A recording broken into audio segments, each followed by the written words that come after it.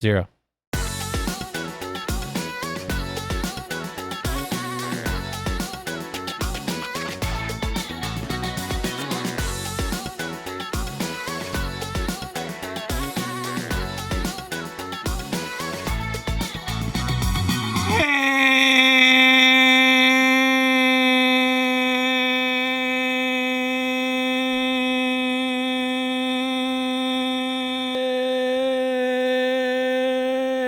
Hello, everyone, and welcome to another episode of the Little Legends Podcast. I am your host, Blevins. With me, as always, is Boop. What's up, buddy? I've gotten to a point of no return when there was no reaction whatsoever this time. I'm just used to it. It's my ringtone now. It's also my alarm clock. I've just desensitized myself to it. No, it's been a little bit. I'm happy to be back. Yeah, it's good. It's good to be back and talk about some TFT. We've got a plentiful bounty of topics to talk about. So while the loyal fans and Discord followers may have been weeping because we've been away for a little bit, we are back and we've got all the heated topics and opinions to talk about, and we're not pulling any punches, Boop, because we are now just ready to start talking about feedback on the developer announcement. Even though we've alluded to the fact that we were working on it this whole time, we're now ready to start it. Boop. Oh, man. Well, first off, how was your week in TFT? before we start the lambasting. Yeah, it's not all bad.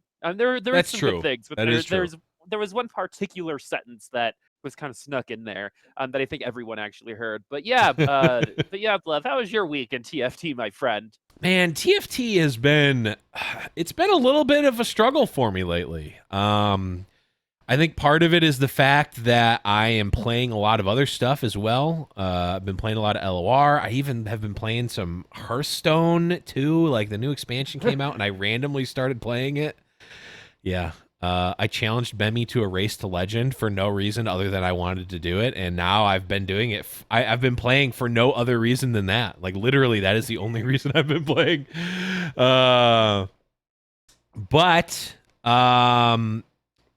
Yeah, I've been playing and like, so I haven't been like super following like the top streamers as much as I have in the past because I've just been doing other stuff. So I'm like a little bit lagged on the meta compared to what I normally am. Like I would say like no joke, like not joking. Like I was probably like a high plat, low diamond level player when I was playing a lot and when I was really like I was watching like hours and hours of TFT streams every day and just staying up with it. And now I'm like the bottom of plat. I'm the bottom of plat, and it's mostly because I'm doing the voiceovers for the Giant Slayer guides that I'm keeping up with what's actually good in the meta. And it's been tough because I just like I think for me where I get better at TFT is not just the like knowing what to play and the strategy of it. It's just volume of games that I need because it's like I get into, oh, I see someone came up with a reroll Battlecast build. I'm playing that, and then I play it and 3 other people play it. And I'm like, well, I guess this is terrible. And then I'm like, well, I'll play open, and then I get something early, and like all this other stuff. And I think the long story short, I know too late, but the long story short, long story it's long. been a little bit of a struggle for me, Boop. I'm not gonna lie. Do you think it's because there's actually way more choices like earlier on that maybe it's a little bit more of a challenge? No, I don't even think it's the struggle for me is not just in how I'm placing, because I'm like, I was placing all right. Like I was getting like top 4s, and then I like the last few the last few days I've been like playing a couple games and just like getting like sevenths, and it's been bad. But it hasn't the struggle for me has not been the like playing and performing well. It's been the like I'll play a game, I'll like go in with the mindset of like I'm gonna play a session of TFT, which is probably like 2 or 3 hours for me, where I'm playing, 3 or 4 games, and I go in. And I like a lot of times I had just recorded a voiceover for Giant Slayer, and it's like, oh, I got all these new ideas, or like I just watched a stream and I'm like, oh, I saw Crowan was playing this this Blade Master comp. It's like I want to play that, and that I get that in my head. And normally in the past, what I would do is like I'd get that in my head, I'd force it. It would either be good and I would be on top of the world, or it'd be bad, and I'd be like, okay, I probably played that wrong. Let me play it again.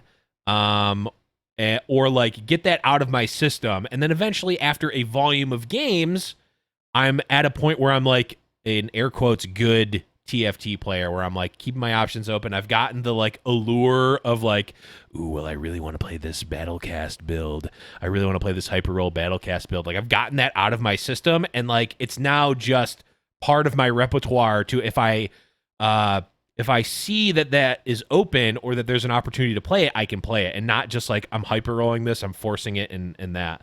The struggle has been going from what I just explained to like, I lost to this, I'm just going to play something else right now. Like that's what it's felt like. And I don't know. I don't know what that is. Honestly, that's probably one of the big things that I've actually enjoyed about the last couple patches, is the fact that you can decide to do something different like in the mid game. That used to be a very hard thing to do, and transitioning late was something that you just didn't do. Right. In the earlier patches, right? Right, because it was like pick the Infernos or the Dark Stars, yeah. right? Yeah. But after that Dark Star patch, right? And this leads, of course, we're going to talk about spectator mode, everyone. Don't you worry. That's what we alluded but before. Exactly. But before we get there, I think now is a really great time to get into like a philosophical discussion, right? Because one, I had a very different experience than you. I gained about 250 LP over the last 2 weeks. Ooh, nice. Right? And it's so funny that you're having like the exact opposite thing. Like the fact that the game is a little bit more free in the late game, and I could just be like, oh my God, I could go Piba.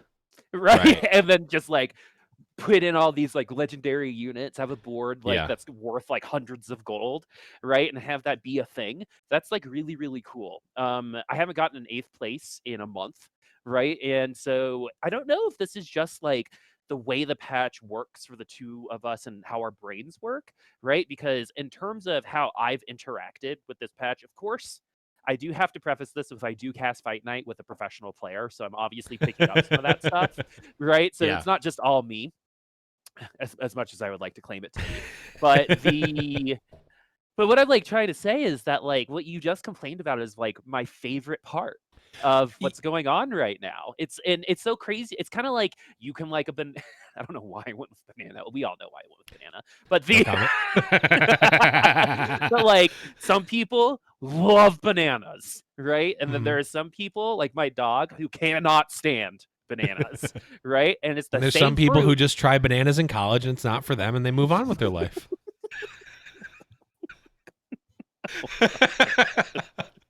Hold on. And back on. But you get what I'm saying, right? Yeah. No, I get what you're saying, and I don't want I didn't mean I think that my struggles are less to do with the game, because maybe not objectively, but I think looking at the state of the game and just like getting the pulse of what people are feeling and saying about the game, I think the game and the meta itself is actually in a really good spot. I think the problem is with me, not with the game. Like, I'm not trying to say that like, oh, well, this meta's boring and I'm not having a good time.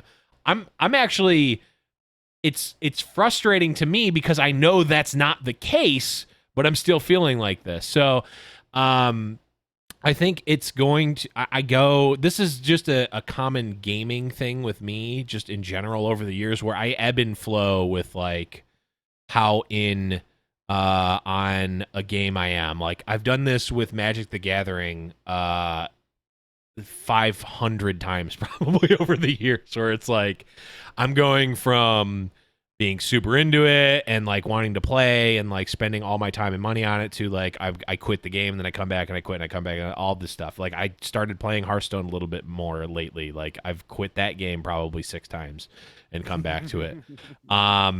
So I think it's going to like part of it is we're near the end of set 3 and this to a lesser extent happened with set 1 and set 2 where we kind of get into this period where it's like it's the home stretch. And like if you look at the meta, it's probably in a pretty good spot overall. Like even if you looked at set, maybe not set 2. Honestly, one of the best. Like right. Ever. But even like set 1, that end set meta was maybe not the best. But like this feels really good. And I think I'm also like when I'm playing a small sample size of games like I'm also like really not liking some of the galaxies. It's like why I just don't even want to play the 2-item galaxy because it's not fun.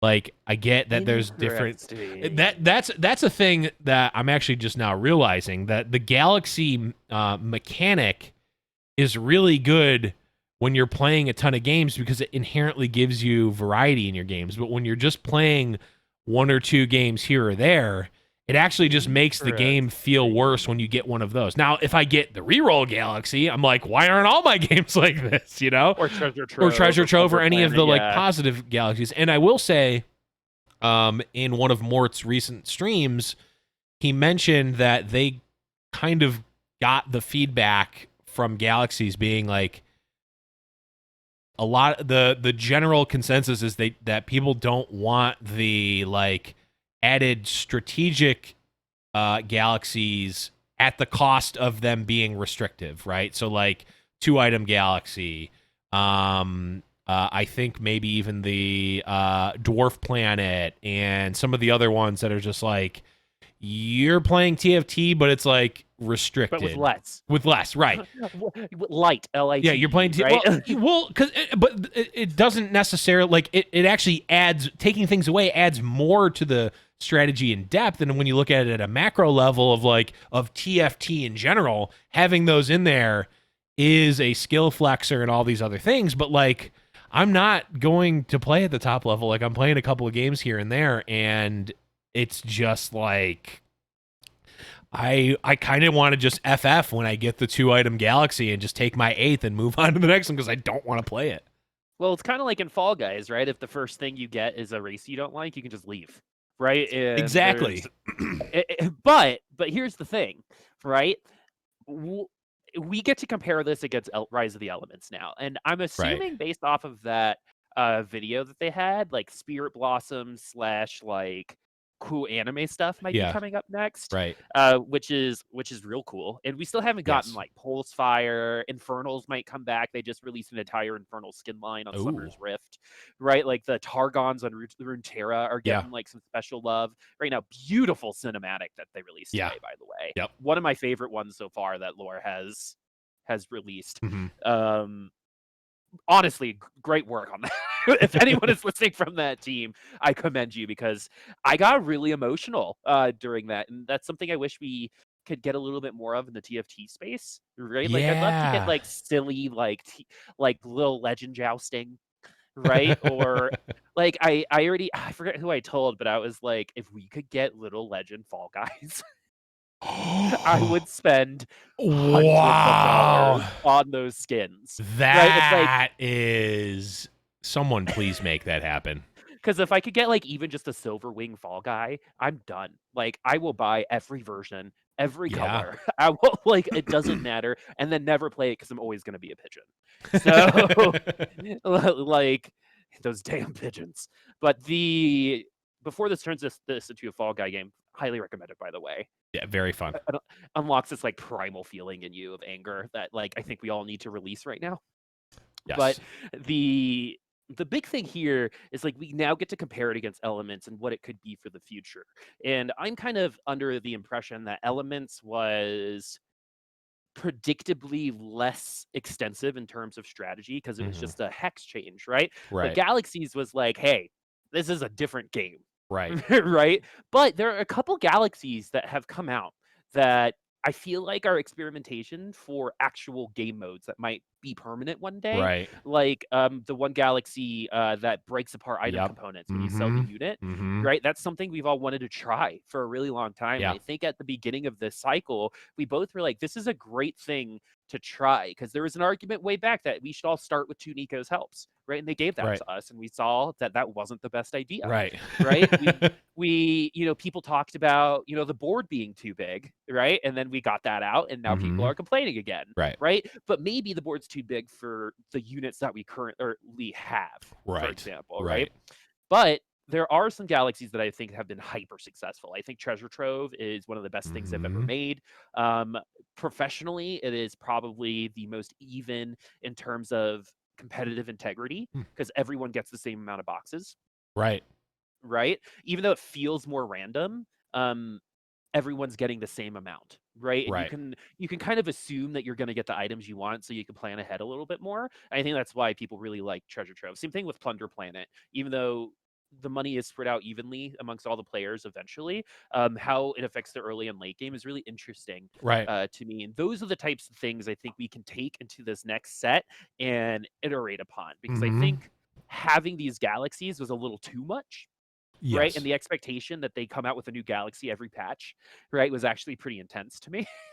Yeah. Like I don't feel like they needed to do that. There were a couple that absolutely needed to get cycled out, like Little Legends, Nicoverse, Right. um, Trade Sector, Lilac. maybe. Yeah, Lilac for sure. Even But though I like like that one. but in the end, I think we got a lot of really good information on Mhm. what people think is the best way to play TFT. And I think we've realized it's actually more rather than less, just in general, right? More Right. boxes, more opportunities, more strategies, right? Because I think that's why this Yeah. patch has been so great is I can start as, a protector frontline and then end with literally no synergies and a bunch of legendaries, Right. right? And still win that lobby if I do everything correctly. Mhm. And so all of that, I think all of the failures that Galaxy did bring us, because there were definitely some, and that Dark Start patch was a little bit of a dark time. Get it? But I think the overall thing is this next set needs to be amazing because Mhm. we've gotten to learn a lot of stuff. And so far, based off the units they've already kind of like leaked and the skin lines that they've shown through that one video that they released Mhm. recently, I think they get it. Right? Right. It's all about just getting there at this point, right? And there are some other things I would like for them to work on as well. I'm gonna put a pin in that for another second here because we will talk about that. I'm curious what the overall, and I'm assuming we're gonna get this like we've gotten at the beginning of a new set slash end of an old set from Mort and the team of like, here's the retrospective on the set. Here's what we learned. Here's what we're, The post taking moving. mortem. The post mortem, exactly, perfect. Um, I'm very curious because I still like I think Galaxies was a success question mark overall. How they execute it, I think, is certainly they learned a lot from that. But I also like, even if that is a success, does it now set the precedent that every single set has to have, Galaxies esque mechanics, or can it just be new No, units? I think I think they know that it's not going to be Galaxy's esque mechanics, right? I don't think that would be healthy for them I don't think as so either. But people, right? do like having it be such a part of, because like it's as much of the set as the new champions are, right? Like it is. They just need to make the next iteration have that kind of fantasy still, right? Because I don't know, man. But like, It's very interesting to think about. do we ever go back to like it's just the base map from set one, or like the updated map with the sizing, No, right, I for don't. set I one? think the map will never be basic ever again, Mm, unless it's like the regular Galaxies map, right? We'll right. start with the basic map always, right? But Like the it can things always be a that, possibility, but it's never yeah, 100%. like say like Spirit Blossom is there, right? And maybe like there are gonna be things that affect the Oh, map, it's no going to be doubt light about and it. dark, right? Like that's the light side and dark side of the. The Targon stuff. Well, no, not Targon. Just the Spirit Blossom has like, at least in Legends of Runeterra, all of the stuff is you're either like the Nightshade or the Spirit Petal or whatever it's called. I don't know. It's either the pink or like the purple. Like those are the two like halves of it, right? There's two Runeterra boards. One is the pink one and one is the purple one, like the light and the dark one for Spirit Blossom. Not anything to do with Mm-hmm. Targon. Um, Because I'm that would guessing be that's really what it like is. I I don't know. think that there could be something there where it changes during the map, but like that some hexes are in the dark, some hexes and they're in the light, and what happens Right. when you're in the dark and the light changes per character, right? Like that's the type of stuff that could be Oh, like that would be really, really interesting. cool. And as like the sun sets or the moon rises throughout the map, like more hexes go into the dark or something. But Oh man, they could do something crazy with like it's got like moon, like units have moon synergy where like if you're on the hex and you also have, if you have two units on the two moon hexes, I'm just completely making this up by the way, like they get a synergy, but they could also have like two different units on, I don't know, there could be, they could do a lot with it. So yeah, I'm just wondering like is it going to be more like, I don't know if I want things as game warping as the galaxies though. That's what I'm thinking is we got to like, split the difference. I think we just go to the middle, more than the elemental hexes, yes, less of the galaxy. Not even in the right. middle, like 25% lower Yeah, on galaxies. I think. Because I think part the randomness is a part of the game, Oh, if that makes sure. sense, right? And that kind of like spin the wheel and see what happens, It's not. right? Yeah, it's not even as much the randomness. It's just like, and again, I have a bit of a different perspective now that I've kind of shifted my gameplay style in terms of like my gameplay frequency style to like I kind of just want to play the like if I'm if and this is kind of like for newer player, either for newer players or for like just people who aren't like constantly grinding and like pro. It's like if I come in and if I roll the 2 item galaxy and I like look up a build and like, okay, I'm gonna play Jinx carry or something, and it's like, okay, I'm trying to do this. It's like, well, how do I do this with the 2 items? And maybe it's fine, you just lose a game, but like I don't know. It's a little. I don't know. I'm just rambling at this point, but I don't want something as big as that. Like I'm fine with like the elemental hex has made sense. It's like very and I would want something more than that. It's like very simple. The unit on this hex gets this extra stat essentially, and it counts as an item towards them, or it like takes up an item slot, right? Let's do something a little bit more than that, but less than like the game is fundamentally shifted and you have to play an entirely different game. And like that's great if you've played 38 games today and you're looking for something different and you're going to play 38 tomorrow, but if you play 2 games in a day or like You get binary star twice in a row. right, or like the it just yeah, I don't know. Well, and I think what happens is like when you have something like Treasure Trove in the same area as Binary Star, you're always going to compare the two, right? And you're always going Right. to come out of Treasure Trove being your favorite, Right. right? Just And give me that just everything. will it'll make the other galaxies not as fun. Right. But there are some people who like that kind of stuff, who want a pure Yeah.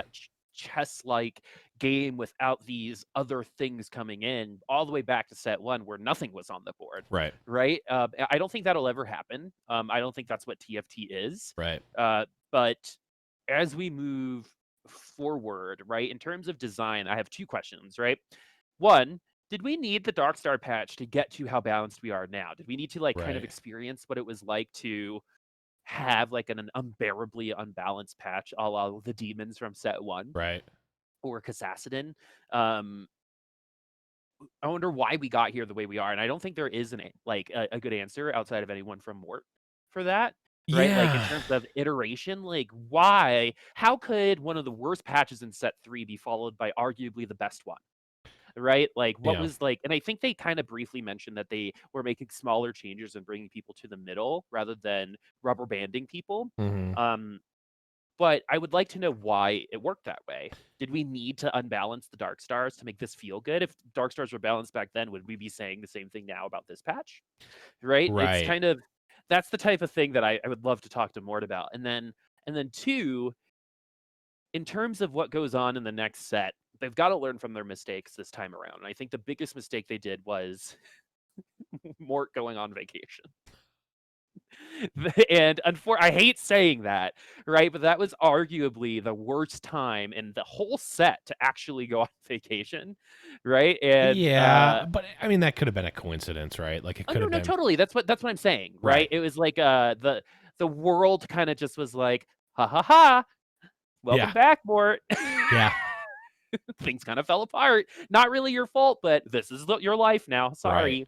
And then, but taking all the lessons that we learned, both positive and negative, and then moving them on into like a general like design and development type of situation. Like Mhm. we will not be doing this anymore, right? Like I want to hear, like you said, in a post-mortem, this is what we've learned. This is Right. what we saw went well. We noticed that in terms of engagement, more people played longer when these, galaxies were in the Yeah. rotation, versus when these galaxies were in the rotation.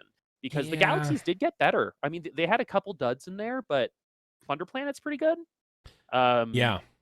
I, the new one with the items is good, right? Like they got there, but now that we've learned all of this, the next set needs to show that they've learned as opposed to let's try a new idea and learn again. Because something that yeah. Overwatch did a lot of was we're just experimenting. Oh, this is home stands for the first time. We're experimenting. Oh, we're iterating still. And it's like, guys, it's been 4 years. Right. Like when when are we done experimenting? Right. Right. And When is there's there some still sort of like consistency? exactly. And I think that's what I want coming into the next set. So we'll Yeah. see what happens. I I'm a little bit worried that like not even in terms of like power and how good like units are, how good builds are in specific galaxies, but the power creep of like we went from nothing in set 1 in terms of like board mechanics to set 2 having minimal to set 3 having I think as far as having pushed as far as they ever could have. And even if we, as people who are doing a TFT podcast and trying to at least objectively think about it, say, okay, galaxies push the limit, now let's taper it back. How often does that happen? And if it does happen, how often does the majority and the community think that that's a good thing that that's happening? I think it happens a lot. Whenever you adjust from one side, you tend to overcompensate, right? Just Right. in general. I've been doing a lot of work with new casters, and that tends to happen where I'll say, don't do this. And then they'll go to the other extreme. And it's Right. like, now you know your boundaries, right? Right. Finding Goldilocks is way Mm-hmm. easier, right? You need to feel a 12 to know what a 10 is. Right. Right. And regardless as if the community enjoys that or not, like that's what happened, I think, with Galaxies, and that's fine. I think that's Yeah. great. They were only ever going to be able to do this early on in the game's life, probably on this particular set, Right. because esports happens for set 4, Right. right? Like that's kind of like the coronation of esports for me. They of course they have these finals coming up. They've been marred with some issues themselves, but Mm-hmm. after Galaxies, after the World Championships, right? Like what is that next step? And this next step is a hyper competitive set with competitive integrity, Mm-hmm. I think, and esports at the forefront of thought this time, rather than what we got with Galaxies, which I thought was a little bit of this, a little bit of this, a little Yeah. bit of let's just kind of see what cinnamon tastes like here. Let's add a Right. little bit more sugar. Oh, now we need a little bit more salt. The balance is off. Yeah. And that's kind of how they, of course, it's not really how it goes, but that's what it feels like. I'm just like, my thought is like, and I wasn't following Hearthstone super closely at this time, so don't yell at me too much if I'm wrong. But Hearthstone went from like some of the most high-powered cards in sets ever to like just having some duds of cards and like duds of sets, and like even if it is an objectively good thing to like get the format back into balance, like you have that set right after a really powered set and it's just boring for people, or like but this is the thing about Hearthstone is they have the classic set rotation that never changes. That's true. Right? And I think that does contribute to what you're saying for Hearthstone. That is also true. That TFT doesn't really have, because we have some carryovers, like Ash has been in every, in every set so far, but right, like it's not like the same as, all right, I guess I'm gonna get Frost Nova, Blizzard, and we're gonna use Yoxeron's puzzle blocks. Here we go. Let's see if they're gonna kill themselves or kill me. Right? And that doesn't quite happen. Themselves. That's never gonna happen. Unless you're me, it happened to me. Oof. And so you ever pyroblast your own face? But I mean, yes, but not from that card. From your misclick on pyroblast. Okay. But yeah, I think that's the major difference there, and why that comparison's not necessarily A plus B. It's not. It's definitely not, because also like there's not. It's less that like in Hearthstone, like the power creep, you have to like essentially plant a flag in it and be like, okay, we're gonna stop this. And the problem is it's gonna take literally years for it to solve itself, because those cards are going to be legal for a long time, right? Like the first set of the year is going to be legal for the whole. I don't know how the set rotations work exactly, but like if you have a super powered set and you start with the next set being not as powered, or like powered down to try to account for that, it's not that like the median of card power being something, or the mean of card power being a 5, which is maybe where you want it, doesn't actually matter, because everyone's just going to play the 10 cards. If it's a bunch of 10s and a bunch of 1s, the median is 5, but everyone just plays the 10 cards and not the 1s, right? And that's not really a factor in TFT. So it's less so that, and more like if people are accustomed to playing like this Galaxies and having these big changes, like if we went back to set 1 right now, I think we would be bored with it. There'd be some nostalgia too, but like the new players who started on set 3 or even set 2, I think would be like, this just kind of feels super vanilla and like, okay. So obviously the next set won't be like set 1, or at least we're assuming it won't be, right? I'm just wondering if it's less so. I'm wondering how compelled the team feels to like push the boundaries in that way. So we don't know. They might not feel like that at all, and it might just be a moot point. But that's just something I'm thinking about. But okay, we are right about at the halfway point, so we are going to take a quick break. When we come back, we will be talking about the spectator mode that we alluded to. We'll talk about our boy Sphinximoy qualifying for the OCE championships, and we'll also go over the TFT roadmap. So stick around. We'll be right back. If you're looking for the best place to stay in touch with the community, go to discord.me/Little Legends Podcast, where we do game night, where we have all of the resources for the show, and where we keep the conversation going after it's done. So make sure you're joining discord.me/Little Legends Podcast. Welcome back, everyone. Hope you enjoyed the break. All right, Boop, we're just jumping into it. So we got the TFT roadmap, which has a little infographic. You can go to the TFT Twitter page to see that. But they also posted a video where they kind of went over what the next, what looks like 6 to 12 months looks like in TFT. And they, they mentioned a lot of stuff that we'll talk about. But one thing that they mentioned, and a line that we alluded to before, is that they said, we're now ready to start. And the emphasis here is on start working on the spectate mode. Boop. I feel like we've been lied to this whole time. I feel like we've been bamboozled. I feel like Ashton Kutcher is going to reveal himself in the game as a little legend and say you got pranked. You got pranked.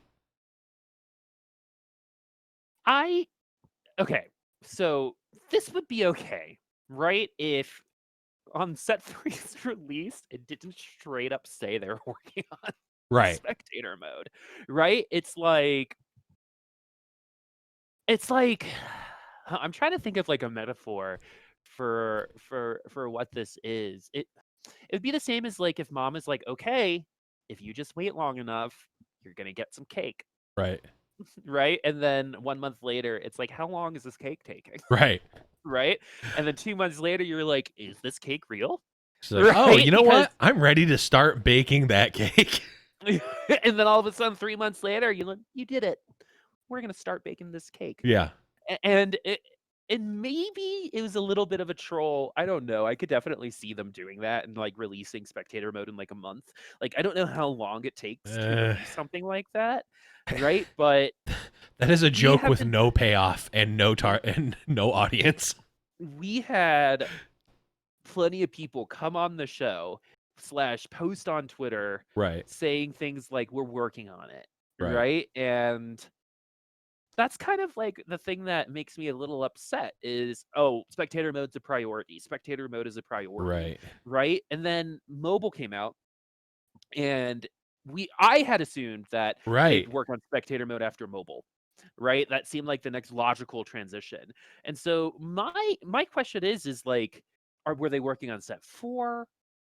Were they, Oh, I, know? I think that part of this it's part of the I mean it's the double-edged sword that we have with the TFT team in that we get I would say far more transparency into what's happening than most game devs, but we don't have Mhm. full transparency, and honestly we shouldn't ever have that, right? Like that you don't want to see how the sausage is made a lot of the times, and also it Don't ruins meet the your heroes. allure and what. Don't meet your heroes. Right. I'm not saying that the game devs should like live stream them working every day, right? Like that's not that I don't want that. I actively don't want that.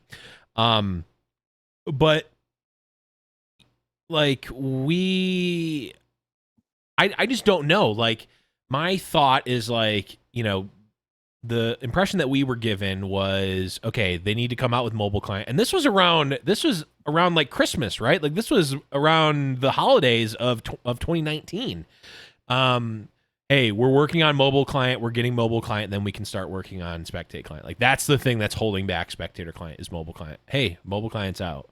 Well, Waylon kind of confirmed that, right, when he was on the show, Right. right? Like, or somebody was like, yeah, you guys said that we were probably working on mobile, and I took that as like confirmation that we were correct on that assumption, right? Yeah. And I think that's an easy assumption to make, right? I just want to know like what the other Yeah. priorities were, I right? In terms of like game systems, creativity, game dev, like well, where because before we kind of keep going, like this is I think I said this too, which was spectator mode is something that will consistently be third on their list, right? There's right. gonna be something above it at all times. There's Yes. gonna be something that jumps it at any given time, Right. right? And I think that that kind of thing gets lost way more frequently than some of these other things, Well, right? it's It's easy to so push it back, right? yeah, exactly, because it's a system thing and you need to kind of do it from beginning to end and Right. incorporate it into the client, blah, blah, blah. I know there are some challenges there. You kind of want to put your focus in on that.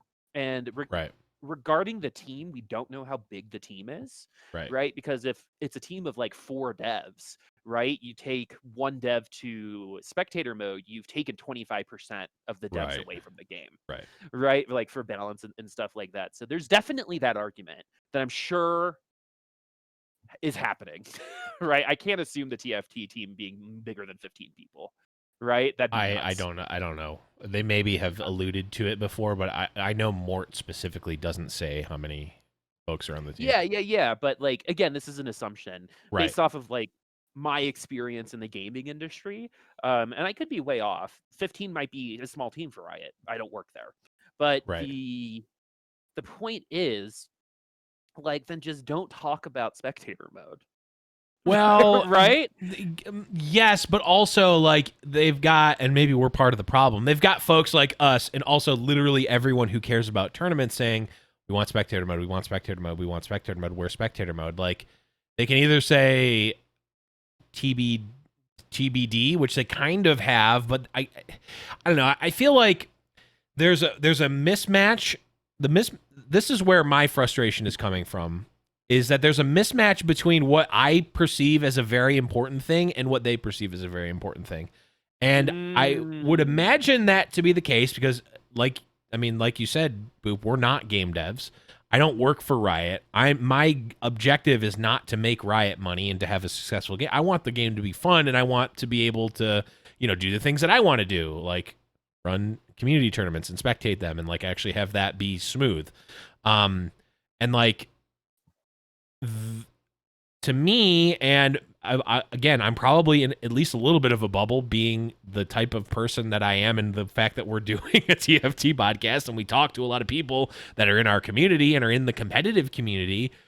We all very heavily, like if we, took a survey, we would probably put either number 1 or 2 spectate client as the like 100%. pain points. Yeah, the community would 100% put spectator. The community that we are aware of and that we see posting and talking about every day, but that might only be 10% of the TFT community as a whole. That I think is the problem. That I think is the problem. Differently than us. Those people are objectively incorrect, but no. The problem is that it's not that like. My I think problem with it is that not that they're pushing off spectator mode, because there's a number of reasons that they could do it that make sense and that are legitimate, and that even if I may disagree with it, I'd be like, well, I guess I get it at least. But to me, we've made it abundantly clear, and when I say we, I mean the community that we're talking about, have made it abundantly clear that spectate mode is a top 3 priority, if not number 1 in a lot of ways. And the impression that we've been given is that they understand and appreciate that and also agree in a lot of ways. And that, which again is like, okay, we're going on the same path. And then what would either happen is we go, okay, so given that, we're going to shift and we're going to focus on spectator mode, or, hey, we're not able to focus on spectator mode because XYZ reason that makes, and again, maybe they don't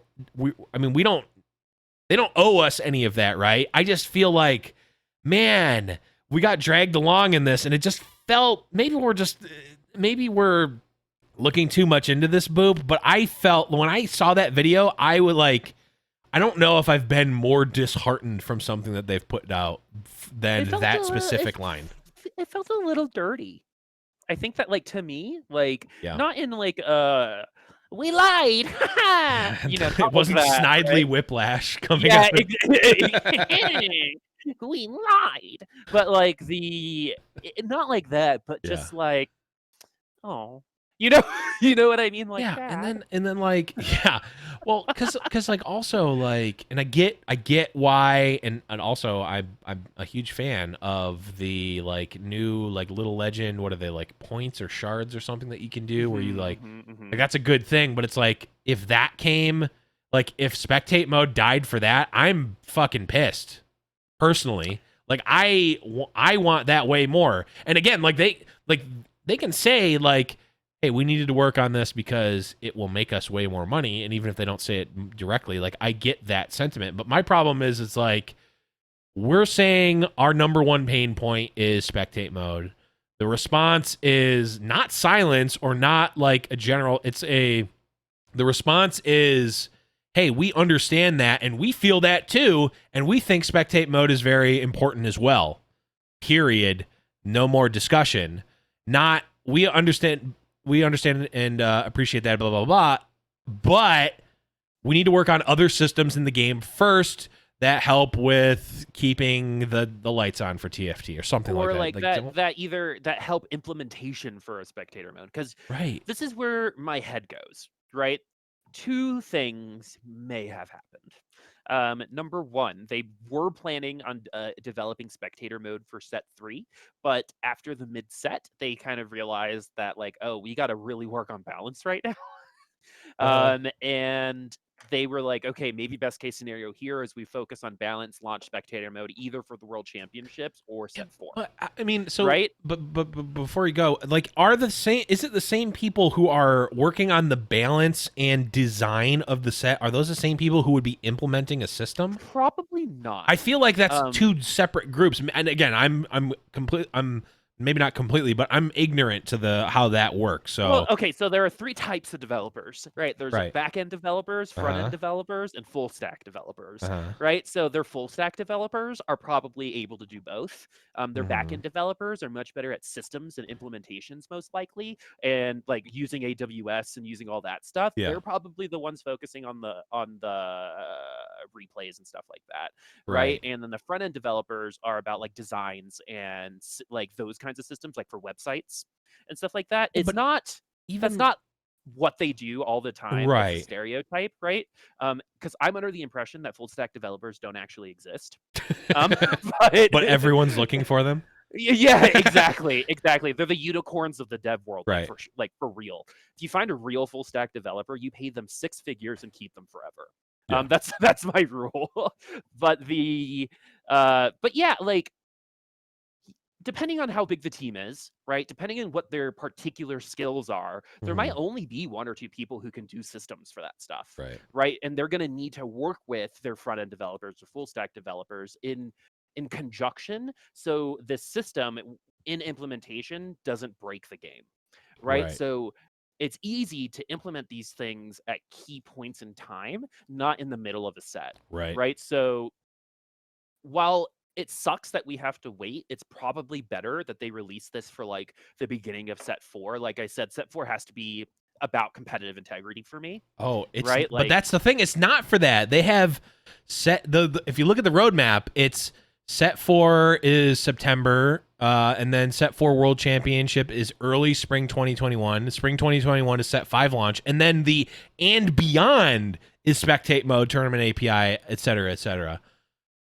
Like, there's just a fundamental misunderstanding that I'm having that is like, this is either way more complex than I get, and they haven't worked on it at all for some reason, or both. And I'm just like, I don't get it. And they don't owe me an answer at the end of the day, right? Like, no one, we're not owed an answer. Exactly. I just feel I want one, so I'm going to keep yelling about it. Well, and I think it's fine to be like, hey guys, we know in this article we said spectator mode, and now all of a sudden it's end of here. Let's talk about why. I want like a little thing, because like a little crumb. I don't know. For me, and again, we're not. Actually, I think we are the majority of the community, for example. But like, I don't know. I honestly don't know. They do though.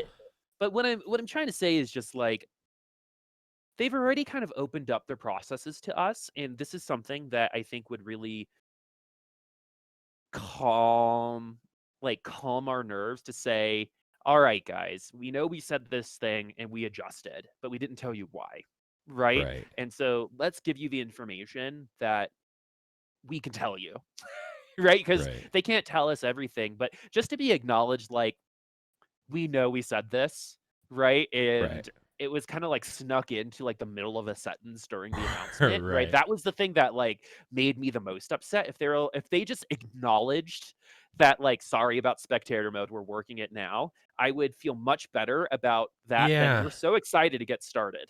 Yeah, it's because like the way that they manage control of that is like, do you think I'm stupid?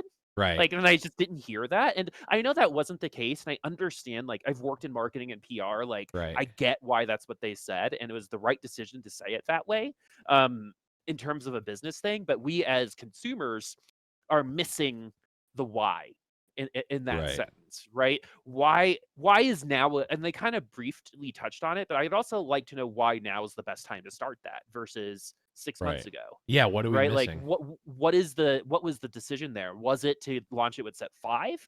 Was it to because this is the thing, Giant Slayer can't keep carrying TFT esports forever, Right. right? Because they're the only producers, in my opinion, that actually know what they're doing. I'm sorry, everybody else. I probably lose jobs by saying that, but Giant Slayer, in terms of TFT work that I've done, has been Right. They're solid top through and tier. through. Yeah. They're the best at it. And so like you think about these other tournaments, every single one of them, even the Oceanic qualifiers, right, had something wrong with them in Yeah. terms of points, in terms of tiebreakers, in terms of something that has not ever happened in a Giant Slayer tournament, Right. right? And like there's stuff that they need to work on, right? And I think what happens with the spectator mode is that all of a sudden Giant Slayer doesn't need to carry the entire competitive scene. Right. All of a sudden, right? It makes things a little bit more standard across the board in terms of what those producers do, because producing TFT, for those of you guys at home, is honestly probably one of the hardest things to produce, because Yeah. you're not just getting one. Like when I cast Overwatch, for example, we either use like an RTMP server, we'll use OBS Ninja or something, and watch like a singular feed that both casters cast off Yeah. of, right? And basically what the producer does is go in between transitions and make sure the sound is good, and they do a lot of work more than that. But what a producer in TFT needs to do is make sure that 8 individual people have their streams up, that are in the lobby, that Right. they're transitioning between all 8 people, that they're keeping track of team comps. Because you guys don't know this, but when we're casting and something happens, like someone tier 3 something, or someone gets a unit on someone else's board, they Yeah. actually tell us, which helps Right. us on our casting, Yep. right? Because we can't see that because there's no spectator Right. mode. And so and so it is so involved, Mhm. TFT producing, even though it doesn't feel like it, and we might be sitting on, Gunmay's screen for 10 minutes, right? But that's because we don't want to keep switching between all 8 people all the time. Right. The producer has to make a choice on how they want this broadcast to be viewed, Mhm. right? And there are so many more choices when it comes to TFT than other games. Yeah. Um, Yep. and there isn't a way to actually do it because there is no spectator mode. So, like, Giant Slayer can keep carrying competitive TFT for as long as they can, right? But eventually we are going to have to like understand that without spectator mode, it's just going to be Giant Slayer probably. Right, Yeah. in my opinion, and all these other ones will just hire the same producers. You know Right. what I mean? Right. Where it's the same 6 people working all of the events, because there isn't a way to learn. You just have to know. And Giant Right. Slayer was one of the first places to put effort into actually producing TFT events. Right. And And actually so, took the time to learn it and all that. Yeah. I mean, yeah, I mean, because in one of the biggest events in TFT history, they screwed up the they screwed up the scoring system, right. right? And that's the second time that's happened in a major tournament Yeah. in the last month. Yeah. And so like that's the type of stuff that like needs to get standardized. I'm cool with different types of formats. I'm cool with, oh, we have to face against people in lobbies if that's a consistent rule for the entire tournament. But we just don't have enough of that standard, because this has been an entirely reactive development Yeah. process, because this game was never supposed to be this popular. Mhm. Right? And so when we're constantly reacting, it means we're constantly behind. And the more we get behind, it's a lot more felt than, Yeah. say, another game's development where they got to plan for this, right? Because Right. TFT esports probably was never supposed to happen, right? Which Right. means replay mode was probably not even on the docket. Right. Yeah. And True. and we're all just reacting, and the fact that we're gonna get a spectator mode is a little bit of fan service, and we do have to remember that.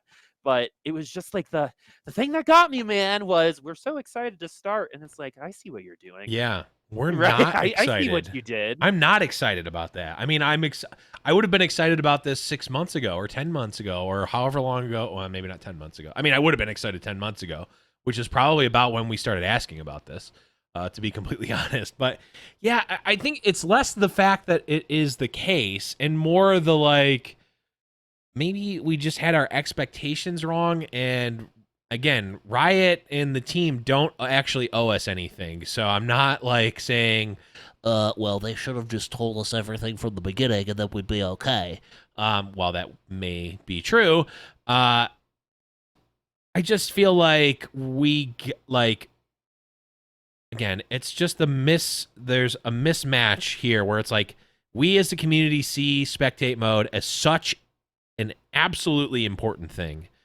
And the fact that Riot doesn't isn't even the problem, as isn't even the complete problem. The problem is that we were just allowed to think that they also thought that the problem was as big as we think it is, but actually that's not what they thought. Or that's not the reality of how they executed what they did. That I think is where it comes in, and it just like it. I saw that video and I was ready to be like pumped. I'm like, okay, sweet, we get this. We're gonna get some stuff on set 4. That's awesome. We're gonna get, and then it's like we're ready to start. We're excited to start spectate mode, and I almost just turned my phone off and was like, well, wake me up when you actually put it in. Like, just so much about it was it rubbed me the wrong way a little bit, and I don't know. I think it's all like, it's not the fact that it is the case that's happening. It's just how it was presented and how I feel about it. I don't know. Maybe it's me, not them. So I don't want to harp too much more on it because we did. I know. Well, we're really passionate about it. Yeah. It's not like, screw you, Riot. No, the opposite, in fact. Spectator mode, right? This is all coming from a place that's like, all right, everyone, like, we don't promise me a donut if you're not going to get me a donut. Right. Right. Or like, don't promise me a donut and then give me like a jelly filled, something. Like, why would that be the donut you give me? Well, well, it's like, hey, Riot, we'd really love a donut. Like, are you working on donuts? And like, man, we would love donuts too. And we also see the value of donuts, and we know that you want donuts and that they're number 1 on your list. We hear you on that. Wouldn't it be great if donuts were given to you? That's kind of what they said, and like maybe we were just reading too much into it. But I also think it went further than that. I think it went further to the point where like, hey, we were working on this pastrami sandwich for Christmas, and now that the pastrami sandwich is done, we've now got resources to start making donuts. And now it's 8 months into the year, and they're making all these other non-donut things, and they're making waffles. Yeah, they're making waffles. They're making holiday all these other things, and then it's like we're ready. We are excited to announce that we're going to start working on donuts, and it's like, I thought the donuts were already being baked. I thought you had the donuts. Weren't you working on the donuts the whole time? Like, you made me think that you were working on the donuts the whole time. Oh, you know what this reminds me of? Do you remember that company Magic Leap? Yes. The VR company that got like $2 billion of an investment, and then they're like, hey guys, let's pretend we have something. Can we get $4 million more? Yeah. And then they got it with no actual product that worked, right? And it's like, or Theranos, which is like, haha, we have a thing that can test blood samples, and it's like, but it works 50% of the time.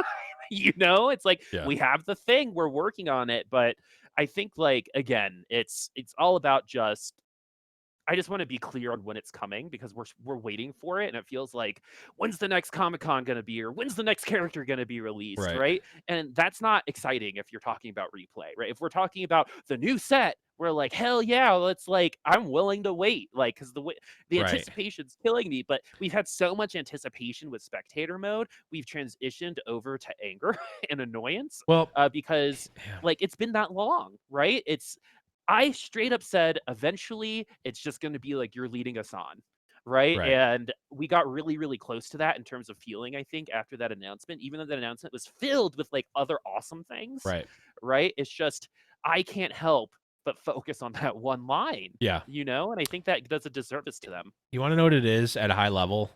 It's spectator mode is a marketing initiative, and sets and little legends and skins and all that is sales, and sales will always take precedence over marketing because it will make you money directly. Marketing will push it and create awareness and all that stuff, all the good. I mean, we'll be propelling the esports ecosystem, but it is marketing and not sales. I think that's at the corest of levels, that's what it is.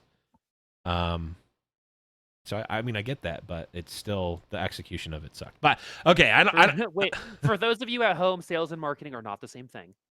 Yeah. Oh, And that's that right, is because there something are that literally people- 13-year-olds listening. I need to go back. I need to listen to my own advice.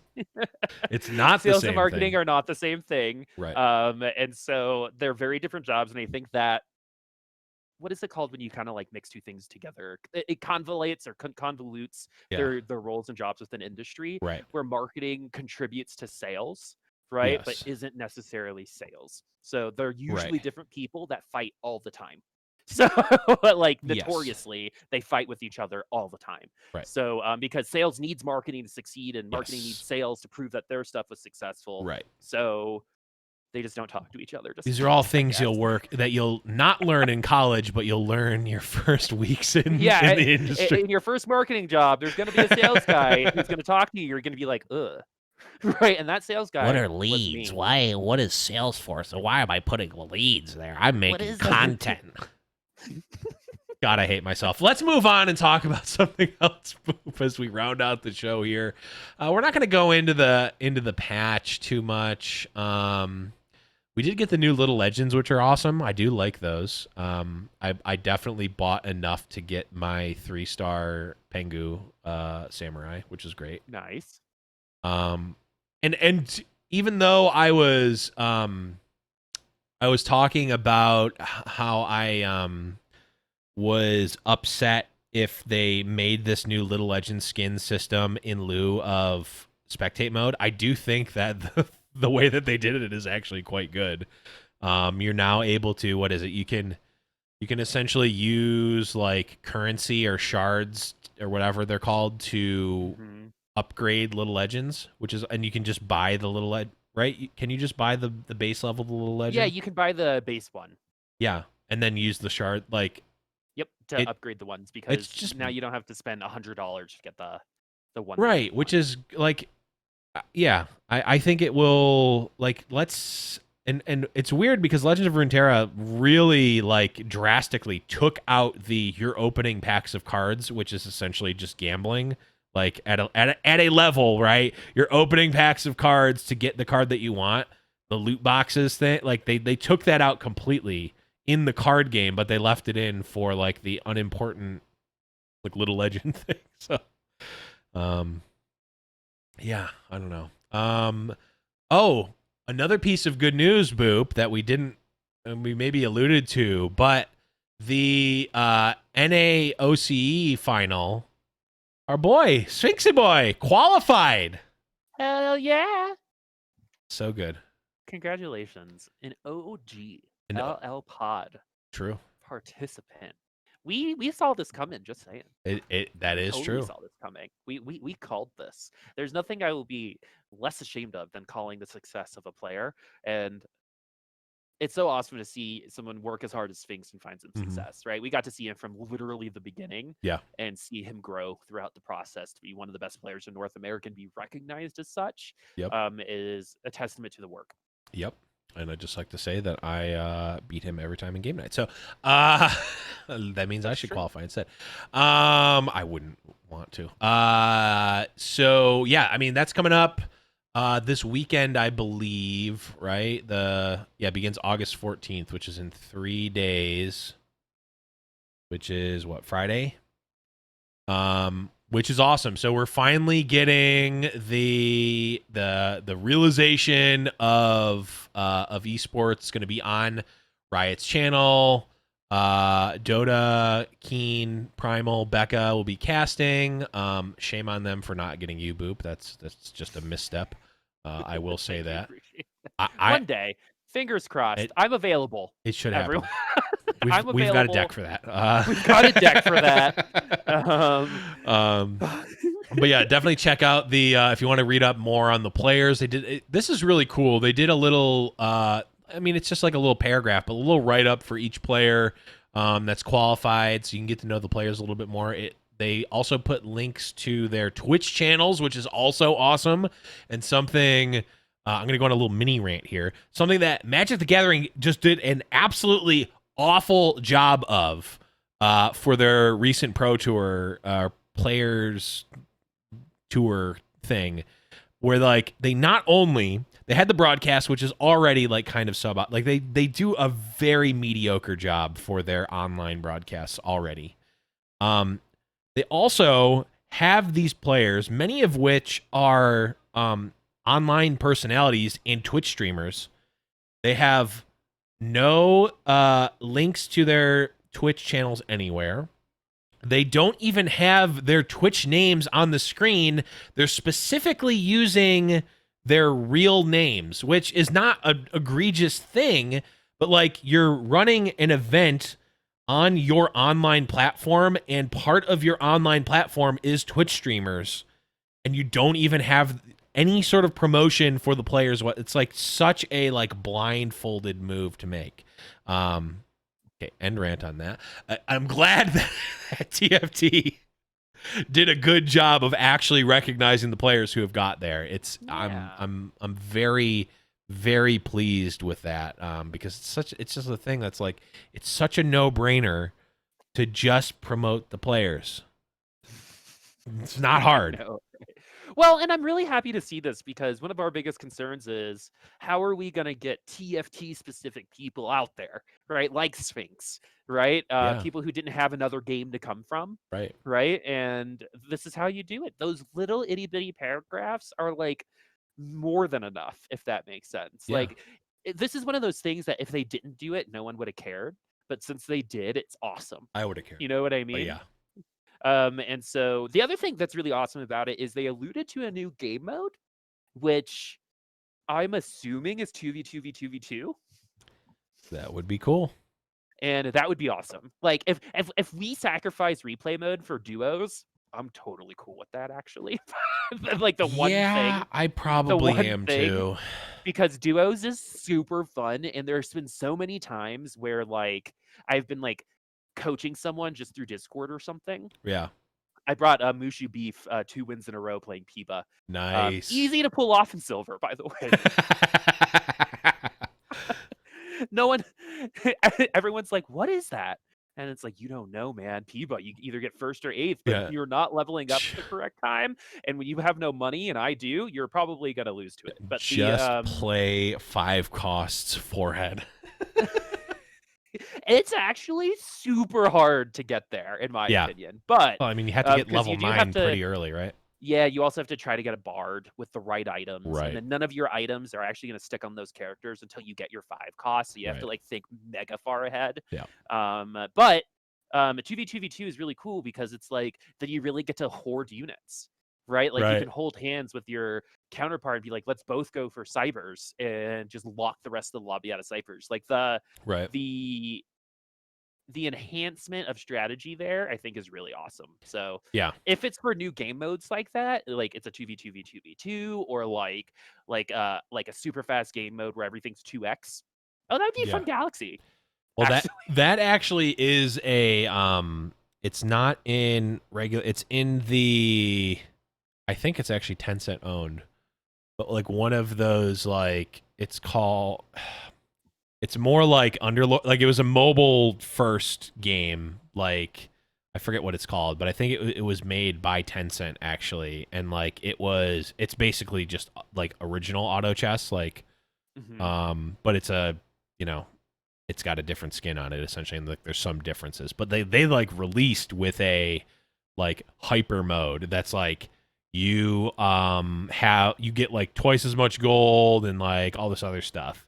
And it was fun to play. Like it's a very good like mobile focused mode, and like honestly, like it's kind of fun. Like if you're not playing like high level competitive and you just want to have fun and play like a game that will only take 15 minutes, like boom, you're there. And then that would be like kind of like the quick play version, right, as opposed to like normal, right? It's like 2x speed, and just like, because I'd love to kind of see like a meta that evolves around that. If everyone just has to go faster, I think that could be a cool galaxy. But I'm still waiting for my unit that takes 2 hexes, which would have been perfect for Urgot this year. Just saying. True. But we'll see in the future, because I feel like there's just eventually they're gonna run out of ideas, right? And then the little birdie is gonna be like 2 hex characters, like the wind will blow. Oh, you know what, they'll hear it. you could do is doesn't Cho'Gath has an ability in the real game where he gets bigger, right? Yeah. You could do something where like after he Yeah, gets a that'd be certain sick. thing, he gets big and then he Or- takes up 2 spots. Or if the next set is about like light and dark, maybe you can if you put Leona and Diana together, like something happens. Right? That's like the other thing we haven't really touched on is like linking to specific characters for synergy. Right? Like Well, say we did Soul Bond with Senna and Lucian, but that's about it. but that was still a little different. Yeah. Than what I'm thinking here. It's Yeah. just like, yeah, Soul Bond was a little bit of a synergy, but here it's like they come together and they create like almost a new unit. Oh, they like fuse together. Yeah. They do the whole Dragon Ball Z fusion. Now that would be cool. But they still function as 2 like separate units on the field. They just act as one. Maybe they are able to link ultimates. Maybe if you link with someone, you use your ultimate at the same time Ooh. or something like that. You can hire me, guys. I was gonna say, I if think you ever, these we've are got a actually deck. really We've great got a deck for ideas. that. We've got we got a deck for this. Yeah. Okay, Galaxies, we got a deck for that. My casting, we got plenty of decks for that. A lot of decks. Jersey Mike subs, a lot of decks for that. Lot of We decks got a for lot. Jersey Mike subs. Big decks. Big decks. We will send Yeah, you huge. pictures of our decks for sure. Yep. Only if you request though. Consent is very attractive. Yeah. So I mean that's kind of the recap, Boop. Is there anything else Yeah. that we want to? Oh, the one thing we forgot that was the most important thing is that I can't believe that we didn't realize that Mort is Maximilian Pegasus from Yu-Gi-Oh this whole time. So for literally most of Blev and I's friendship, we have at least quoted some Yu-Gi-Oh at least once or twice a month. Yes. Right? Easily. Like, Yugi, you're doing it, Yugi. Right? Like, Yu-Gi-Oh is important to us. And the fact that Yeah. we didn't come up with this, we should be ashamed. I am ashamed, honestly. Yeah, we should be ashamed. I can't This believe- is right for the taking. It's so obvious. He is, I mean, he's not the creator of the game, but he, like, in the community's eye, he's the creator of the game, and he's a top player, but he doesn't have a Millennium. He doesn't have a Millennium item, so maybe that's where it was. And he's also not as eccentric as Pegasus is. Yugi, my boy. You think you can win my tournament, Sphinxy boy? So good. Now, if we ever Oh see a my tune God. versions of TFT, No. What we need to do. Okay. Okay. I need you to message Mort Dog here. We're gonna give Mort a script, right? And he's gonna say the script, but you're gonna dub over his mouth instead, a la Drunk History. okay. And so it'll be your Pegasus voice, but Mort as Pegasus. That's like easy content, dude. That is easy content. I wonder if he'd be down for that. Maybe. Mort, if you're listening to this, hit me up on Discord. We'll get it to work. Or like maybe you could be like his inner monologue. Maybe like Mort is like what's on the outside. Oh, and his yeah. conscience is Pegasus. Yes, it's like And he's Mort's constantly fighting it Mort's like a Jekyll like and Hyde. Mort's like, yeah, we've gotten a lot of feedback, and it seems that players really don't like the high skill testing Galaxies. And it's like, these pathetic duelists haven't put their time and effort into mastering my game, Teamfight Tactics. Like, Yep, exactly. Okay. I'm not convinced that we need Mort for this because I think I can do that. I think He could maybe be an unwilling participant. he can I think be- There's enough tape. he can be a cameo. I think he could be a cameo. That'd be good. But boom, let's wrap it up here. Where can people find you on the internet, Boop, when you're not here on the show? www.onlyfans. I'm just kidding. Yikers! www.com/Booposaurus. You know, whatever you need to do to make money right now. True. I'm not judging. And then, yeah, that's it. As I got like hyper political there for 20 seconds. Sorry. Well, you can find me on Twitter as well, twitter.com/the_Blevins. You can find the show on Twitter at LIL Legends Pod as well. And the best place to find us and the show and the community is discord.me/Little Legends Podcast. So make sure you're going there if you haven't already. But, Boop, that is going to be it for this episode. A lot to cover here, so was good. So we'll be back in a couple of weeks to talk about some more TFT. But until then, stick around and have fun playing, and also keep asking for spectate mode. Definitely never ever stop doing that. But we'll see you then. Have a good one.